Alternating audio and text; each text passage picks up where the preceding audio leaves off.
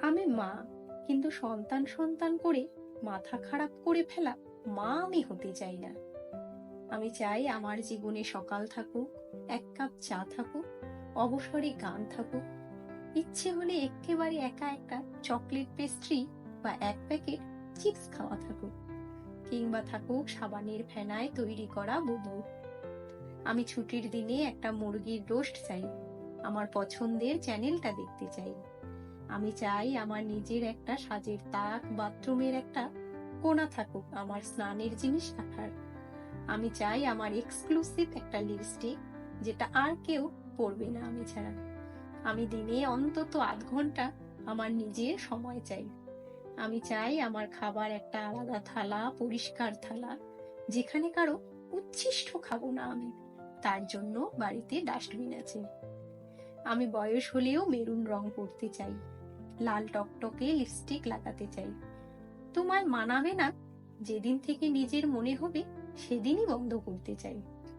আমি চাই আমার একটা দিন থাক, যেদিন দোকানে যাওয়া হবে কেবল আমার জামা কিনতে, রেস্টুরেন্টে অর্ডার দেওয়ার আগে সবসময় জিজ্ঞেস করা হবে আমার পছন্দের খাবার কি, আমার পছন্দের জায়গায় ঘুরতে যাওয়া হবে, বা আমার কথা শোনার জন্য আমার স্বামীর দিনে অন্তত 8 ঘন্টা বরাদ্দ থাকবে।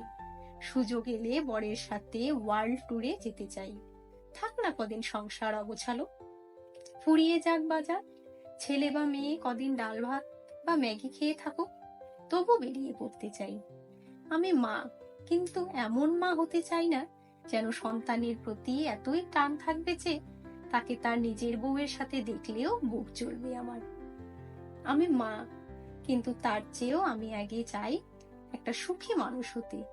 জীবনে সন্তানের জন্য সবকিছু বিলিয়ে দেউলিয়া হওয়ার পর বড় হয়ে কি করেছো আমার জন্য?